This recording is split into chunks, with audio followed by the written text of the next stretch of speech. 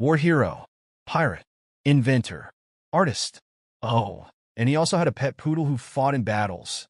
If that doesn't scream legend, then I don't know what does.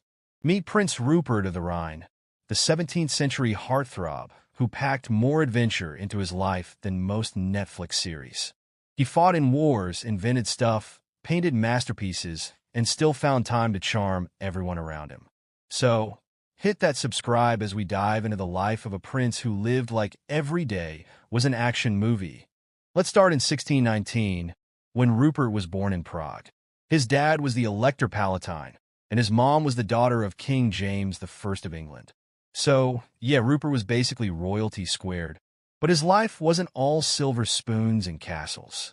When Rupert was just a baby, his family got caught up in the 30 Years' War, a massive conflict tearing Europe apart.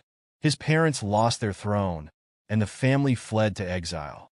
Rupert grew up in exile, but instead of sulking, he decided to turn himself into the ultimate warrior prince. By his teens, he was already 6 feet 4 inches, basically a human battering ram. Oh, and he also spoke 6 languages. At just 14, Rupert got his first taste of war, fighting alongside Dutch forces in battles against the Spanish. By 23, he was leading armies like a seasoned pro. The guy was fearless, and maybe a little reckless.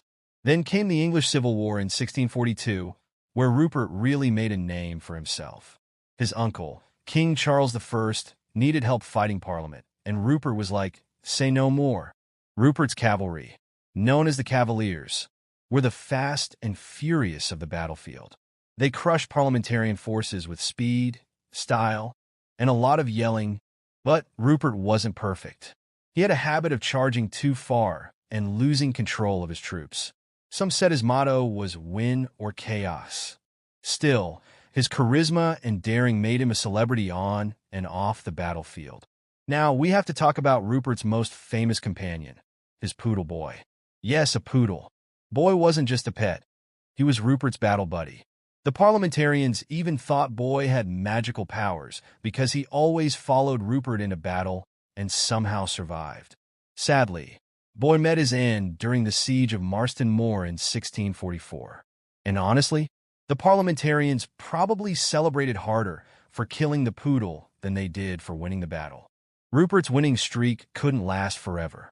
After the Battle of Marston Moor, the tide of the war turned against the Royalists. Rupert tried his best to hold things together, but Parliament's new model army was too powerful.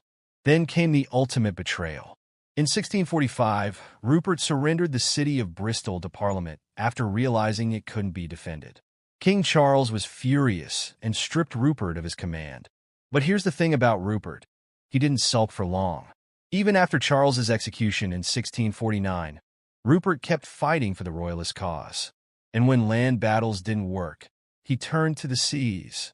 That's right, Prince Rupert became a pirate. Or, to be fair, a privateer. Same thing, really. Rupert terrorized parliamentarian ships in the Atlantic, capturing treasure and making his enemies miserable. For 3 years, he was basically the Jack Sparrow of the 17th century, minus the rum. Eventually, the pirate life got old, and Rupert settled down in Europe. But his adventurous spirit was far from over. Did you think Rupert was just about war and piracy? Think again. The guy was also a genius inventor and artist. Rupert improved naval technology, experimented with chemistry, and even dabbled in early photography techniques.